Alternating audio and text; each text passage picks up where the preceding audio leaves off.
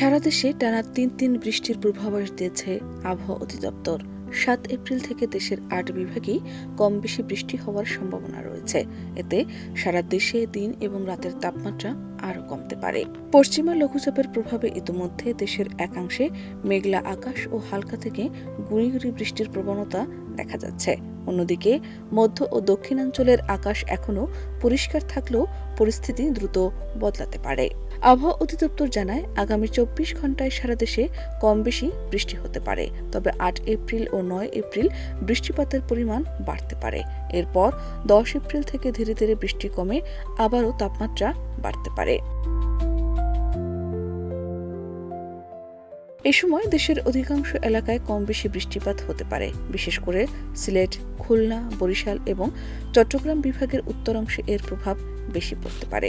আবহাওয়াবিদরা বলছেন, এই বৃষ্টি বলয়ের কারণে তাপমাত্রা কিছুটা কমতে পারে এবং দেশের বিভিন্ন অঞ্চলে স্বস্তি ফিরতে পারে। তবে কোথাও কোথাও বজ্রসহ বৃষ্টির সম্ভাবনাও উড়িয়ে দেওয়া যাচ্ছে না। সাধারণ মানুষকে প্রয়োজনীয় সতর্কতা অবলম্বন করার পরামর্শ দেওয়া হয়েছে, বিশেষ করে যেসব এলাকায় ভারী বৃষ্টিপাত হতে পারে।